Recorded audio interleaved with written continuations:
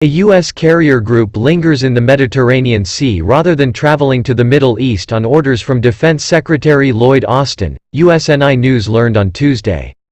USS Harry S. Truman, CVN-75, carrier Air Wing 1 and its escorts are now operating in the Ionian Sea between Greece and Italy rather than continuing the planned transit through the Suez Canal to U.S. Central Command, a defense official confirmed to USNI News. USNI News first reported on the Harry S. Truman carrier attack group in the Ionian Sea on Monday, according to USNI News Fleet Tracker. The change in schedule, blessed by Austin, is to reassure European allies of the U.S. commitment to regional security, an official said without mentioning Russia's ongoing military buildup on Ukraine's eastern border. Captain Bill Speaks, spokesman for European Command, confirmed that the Harry S. Truman Carrier Strike Group was operating in the area of command of the 6th Fleet. He could not comment on future operations because these deployments are dynamic and because of our operational security policies. Ongoing border tensions between Moscow and Kiev have escalated over the past 2 months, after Russia began moving troops near Ukraine. Satellite images published by the BBC show the buildup of Russian troops since November 9 in Russian cities around Ukraine, including in Crimea, which Russia invaded in 2014. NATO has asked Russia to withdraw its troops and continue to support Ukraine's sovereignty, according to a press release.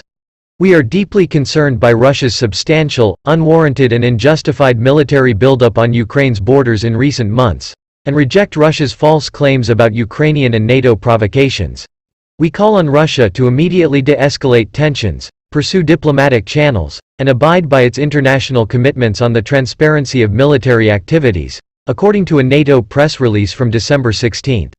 The organization is ready to talk to Russia, but if Moscow continues its aggression against Ukraine, there will be grave consequences, according to the release.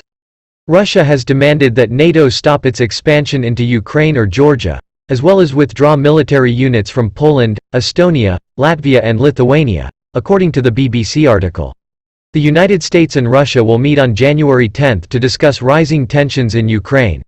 President Joe Biden and Russian President Vladimir Putin spoke on December 10 about Russian troops, with Biden saying there would be economic consequences if Russia continued to bolster its military, according to a White House reading of the call. President Biden reiterated his support for Ukraine's sovereignty and territorial integrity and called for de-escalation and a return to diplomacy, according to the reading. Truman and his guards entered the Mediterranean on December 14 after being deployed from the East Coast on December 1. Prior to the schedule change, most of the strike groups were withdrawn to the U.S. naval base at Souda Bay, Greece.